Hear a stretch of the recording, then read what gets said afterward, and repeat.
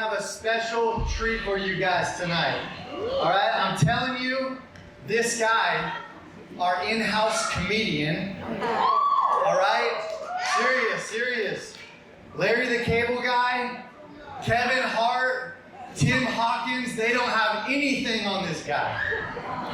Let me introduce you to Jimmy Brennan. Come on, give him a shout. It's great to be here. Awesome to be here. I want to thank the pastor and everyone here for having me perform at your Christmas party. So happy to be here at your Christmas party. Merry Christmas. Goodness. I love having Christmas at church because you don't have to beat around the bush about what it's called, right? It's a Christmas party, amen, not a holiday party. Goodness. You know, the world, people say the world doesn't make a lot of sense these days. I'm so happy that the Christmas spirit is here, that the holiday is here, because I believe the world needs it now more than ever. Am I right? Amen. Goodness. Kids are being introduced to things they don't need to be introduced to.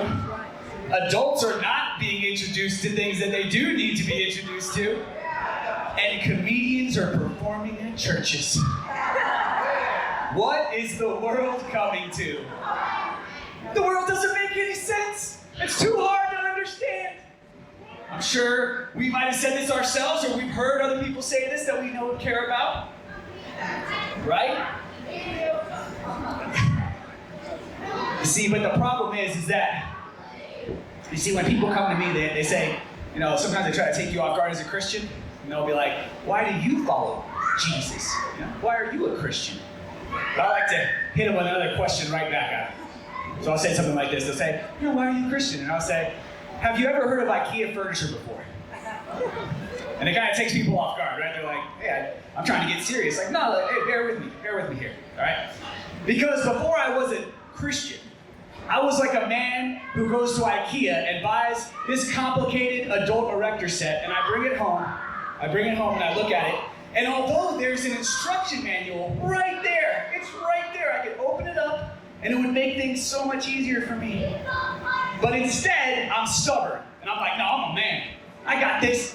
I can put this thing together. Man, come on. Hey, man, who's done that same thing before? If you haven't picked up what I'm doing here is I'm trying to use a metaphor. IKEA is a metaphor for life, and the instructions are the Bible that we have. Amen, amen. But I really empathize with people that don't have God in their lives. Because where do they go for advice? Where do they go when they need guidance? 9 times out of 10, celebrities. That's where they go. But it doesn't make sense because celebrities have marketing teams and managers and agents and PR teams, all the people waiting in the wings just to sweep up the mess right behind them. Even if it doesn't make any sense, right? And we wonder why the world doesn't make any sense. You do that, right? You do that about a few hundred times over a few decades and it really doesn't make any sense. But I'm not just gonna spout things out. I'm gonna use a real life example here. Real life example, okay? There's a mega movie star, and he's actually the face of the world cause on climate control and initiatives for eco-friendly initiatives, right? And he goes after these things, traveling around the world in his gas-guzzling Learjet. If that's not ironic, I don't know what is, right? But listen, I get it. I understand any man trying to make his footprint on this world.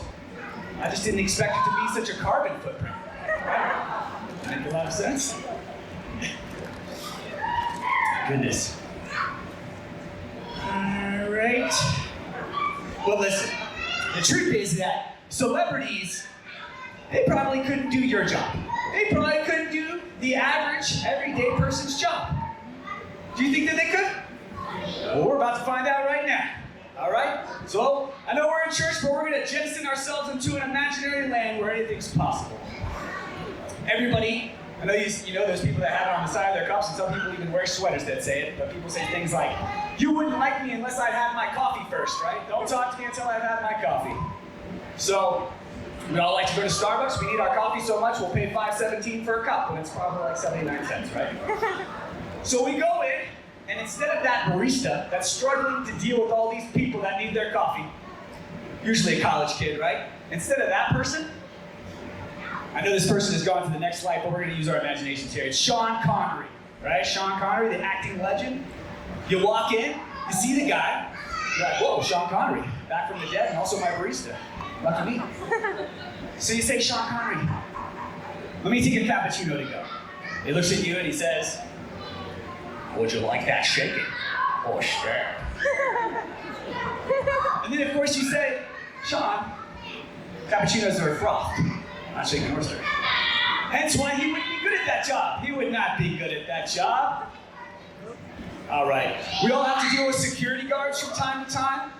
Security guards, it's a thankless job. Most of the time you're just sitting there waiting for something bad to happen. That sounds pretty stressful to me. But instead of your average everyday security guard, let's say you walk in, you have to use the bathroom, and it's Gandalf from Lord of the Rings. He's there. And the whole getup and everything. Takes his job way too seriously. And you just need to use the bathroom. You're like, hey, can I use the bathroom real quick? And he says, thou shalt not pass! You're like, man, I just gotta use the bathroom. I'm so sorry, right? Because he wouldn't be good at that job. He's a serious actor. Too serious, right? You guys are gonna love this one, all right? Everybody gets hungry. These days, we're throwing up all this stuff. We're trying to save some LBs, but sometimes you don't have enough time. You gotta go to fast food restaurants. You wanna have it your way, you go to Burger King. So you walk into Burger King, but instead of that, God bless that kid that's gotta deal with all those people, it's former and potentially future President Donald J. Trump. He's there. Oh, goodness. You walk in, you're excited, you're like, oh, Mr. President, hey, how you doing? Let me get a number 3 with no pickles and a Diet Coke. Thanks a lot. But he looks at you and he goes, you know, you can have it your way if you'd like, but really, my way always works out a lot better. Because Trump's not used to taking orders, he's used to giving the orders, right? He just wouldn't be good at that job. All right, so we all have to put gas in our cars these days, right? Unless you have a Tesla. That's a whole other bit for another day. But we gotta put gas in our cars, and we have to go with a gas station attendant. God bless that person who has to do that job. High risk, low return, right? But you walk in, instead of it being the normal guy that's there every day, it's acting star, Hollywood legend, Clint Eastwood. Oh, that's interesting. You walk in, you say, hey Clint, loved you $1 Million Baby, how you doing? Let me get a lottery ticket and a hot dog. Right? We're always in a hurry to get out of there. And he says to you, hey punk, I gotta ask you one question. Do I feel lucky? Well, do you, punk? And you're just like, well, hence the lottery ticket and a hot dog from a gas station. I'm feeling really lucky, actually, man. Feeling really lucky. All right, I'll do one more for you. We all have to go to the bank these days. We want to get in the bank, we want to leave, we don't even want to be there. Usually every time you go to the bank, there's like one spot open, one teller, but a line out the door, right? Every time. You want to get it done as soon as possible. But instead of that guy that does such a good job doing that, it's Liam Neeson from Taken. Have you taken this one? Right? You go up there, you're in a hurry, right? You're like, oh, hey Liam, how you doing? I'll get your signature later, but I don't have time. I need money, I gotta go, right? And he looks at you and he says, I don't have money, if that's what you're after. But what I do have is a very particular set of skills. And you're just like, come on, Liam. Something's gonna get taken if I don't get out of here. It's gonna be my job. I don't have time. This is my lunch break, right? I gotta get out of here.